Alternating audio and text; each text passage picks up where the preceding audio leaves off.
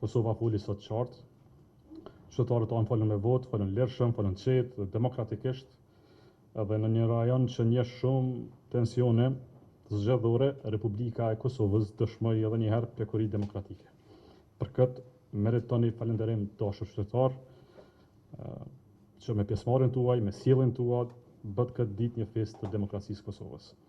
Një falënderim shumë të veçantë dua t'i shprehi dhe institucioneve përgjegjëse për mbajtjen e procesit zgjedhor rreth par Komisionit Qendror të Zgjedhjeve,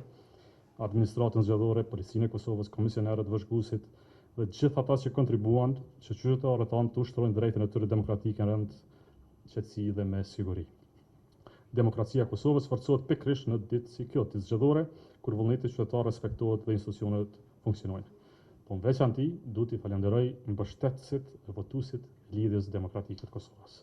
Secilin qytetar që besoj tek ne, që na dha mbështetje, që gjatë këtyre javëve na hapi derën, na dha dorën, na dha zemrën dhe mbi gjitha na dha besimin.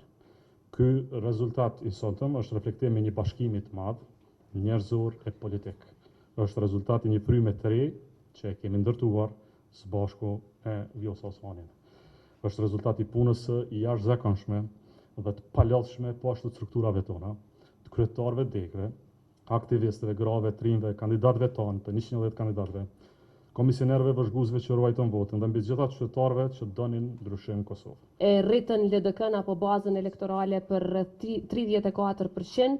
apo tani jemi në 20 mandate, apo me 5% që është rritja më e madhe që ka pasur cili do subjekt politik që ka garuar në këto zgjedhje. Natyrisht që ky është vetëm hapi i parë drejt ringritjes, por kjo rritje na jep shpresë se jemi në rrugë të drejtë dhe edhe me shumë më shumë punë në terren e afër qytetarëve tonë, besoj që LDK-ja do të vazhdojë të ringritet edhe në muajt e vitit në vijim. Edhe njëherë kjo ka dëshmuar fuqinë e demokracisë në vendin tonë, edhe pse siç u pa kësaj radhe pjesëmarrja ishte relativisht më e ulët në krahasim me proceset e tjera dhe kjo është krejtësisht normale, duke ditur që qytetarët janë lodhur me procese zgjedhore dhe me krizat e pafundme, që është arsyeja pse